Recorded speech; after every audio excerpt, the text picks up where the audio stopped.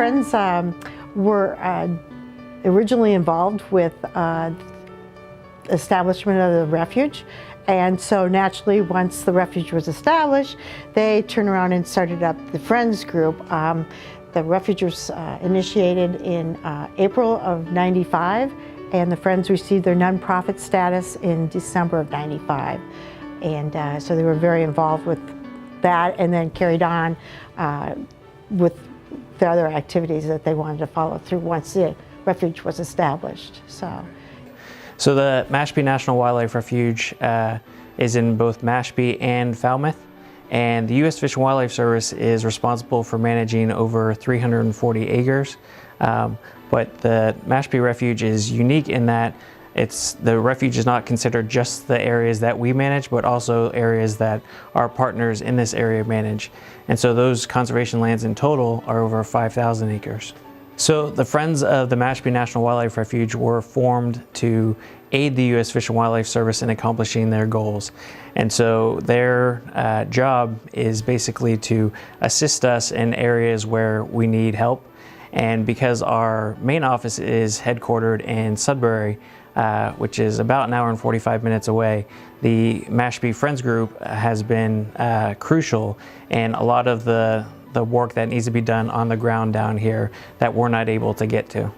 So Mary Kay and the Friends of Mashpee have been working on this for several years now, but the specific grant that we're working with now was awarded last year, and so we're now just cranking up getting all the field work started.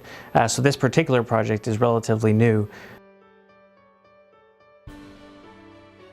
When we met you up at the Doopy property, the field which is the town of Falmouth property, about a 0.8 acre field, we had just brought in a new contractor that the Fish and Wildlife has been working with, new equipment that's originally from Europe because they have smaller spaces, and they don't transport any of the materials. Like if we were to clear a field, you bring a crew in to cut down the trees.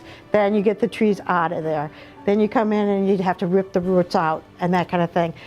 This machine, which is really incredible, will actually come in, back up to a tree, and as we saw in one of the fields, within 15 seconds, the tree is chewed up. You see no wood, no leaves, no branches, and it's beautiful rich soil. Right away, it's being incorporated. So there's less transportation. The organic and the mineral soil is hardly disturbed, and right away you can go right in and start putting your seeds in. So it's an incredible jump start to getting these fields ready for this type of project. And so that started in January. This contractor is Vaughn Koplowski from Vermont, and he came down and did all the fields within 1 week, and now we're in the process of prepping those fields with seeds that we collected and seeds that we have purchased as well. So I think my favorite part of this project is the educational component. So the grant also covers leading pollinator workshops, where we're going to work with teachers who will then create pollinator gardens on their schools in the surrounding communities. And so it's really important to be driving home the value of environmental education to these young kids, so that they are aware of the stuff that's around them, and then they'll also want to protect that stuff as they grow up. The pollinator work in general, there's been a huge push for it because pollinators have seen a huge decline in their numbers within the last 10 to 20 to 30 years. And so there's been a region-wide and a nationwide push for pollinator habitat restoration. Well, what I find kind of interesting, and it's because of this great partnership that this came together, is getting better and better with other people contributing and getting involved, is the fact that the Friends don't own any property, but we partnered with the partners in the Refuge to put their land into this.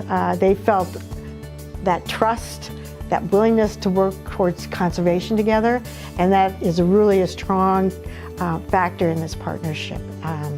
It's remarkable. I've worked in a lot of science organizations and a lot of egos involved, and there's none of that. There's a great partnership here and collaboration. So I find that really, really fulfilling and a big plus for me to be involved.